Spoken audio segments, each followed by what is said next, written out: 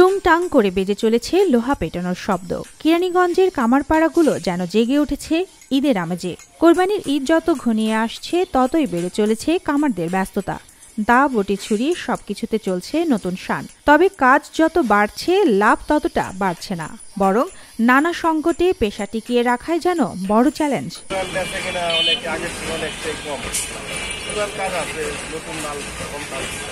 কেরানীগঞ্জ উপজেলার খাড়াকান্দি, আগানগর আর তেঘরিয়া হাট বাজার ঘুরলে চোখে পড়ে কয়েকজন কামার ঘাম ঝরিয়ে ছুরি বানাচ্ছেন, কেউ বা বটিতে শান দিচ্ছেন।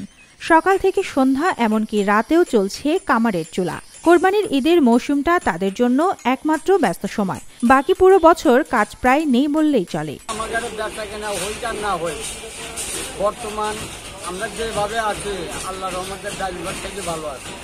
খাড়াকান্দি বাজারের কামারদের সঙ্গে কথা বলে জানা যায়, কোরবানি ঈদের জন্য তারা সারা বছর অপেক্ষায় থাকে। এই সময়টা যা আয় হয় তা দিয়েই বছরের অনেকটা সময় চলতে হয়। এই পেশায় তাদের যা আয় হয় তার একটা বড় অংশ চলে যায় খরচে আর ঋণ শোধে। এ কারণে অনেকেই পেশা বদলিয়ে অন্য পেশায় জড়িয়ে পড়ছেন। কাজ এখন একটু কমই, কাজ আমাদের পুরো লাগে নাই, তারপর করতে পারতেছে না। চলতি বছর দা বটির দামও বেশ চড়া, কিন্তু দাম বাড়লেও বিক্রি কম, কারণ অনেকেই এখন চায়না বা অন্য কম দামের প্রস্তুত ছুরি কিনে নেয়। এই কামাররা আমাদের ঐতিহ্যের একটা অংশ।